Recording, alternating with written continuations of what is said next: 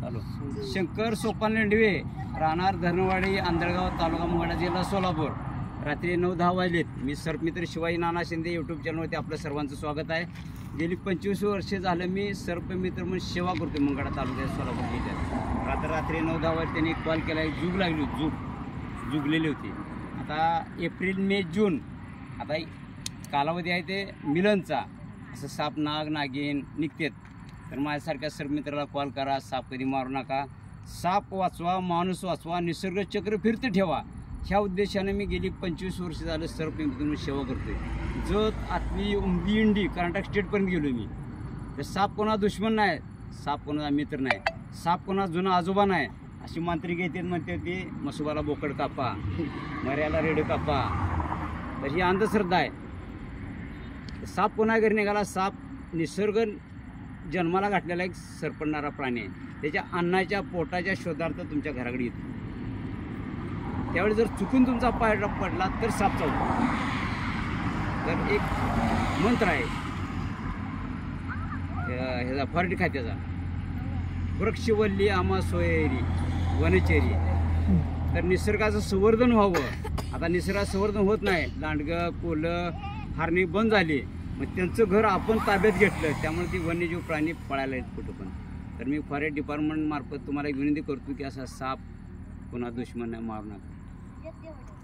साप निघाला वेळेत कॉल करा.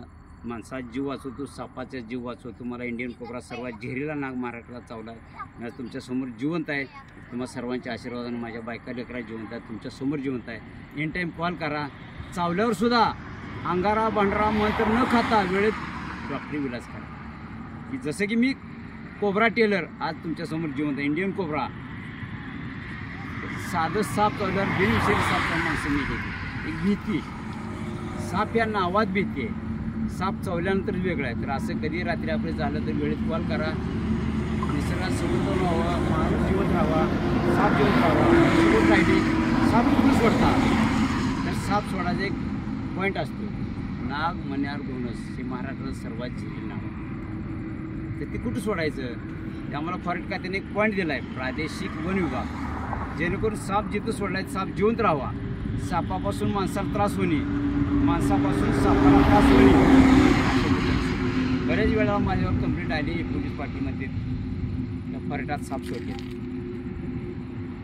आता फॉरेस्ट कोणाचा आहे? फॉरेस्ट खात्याचा आहे. तिथं तुम्हाला संडासला लिगवीड जायला अधिकार नाही, तिथं तुम्ही जायचा अधिकार नाही ना. वन्यजीव प्राणी कुठं राहतात त्यांच्या घरात तुम्ही जाऊ नका. म्हणण्याचा उद्देश काय की जेणेकरून साप वाचवा, माणूस वाचवा, निसर्ग चक्र ठेवा, निसर्गाचं संवर्धन व्हावं.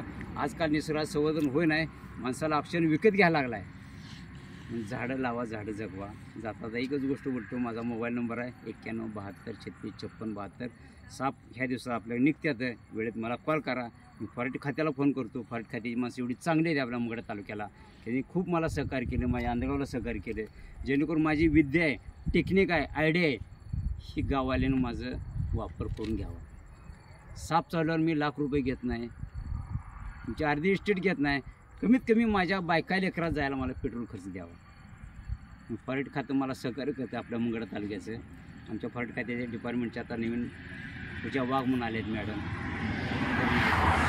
आणि बाकी वॉचमन वगैरे मला सहकार्य करतात. असं रात्री आपण ह्या दिवसात साप निघाला वेळेत कॉल करा.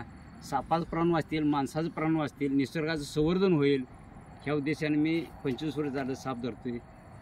असंच सहकार्य राहू द्या. माझं सहकार्य तुम्हाला राहील. ठीक आहे.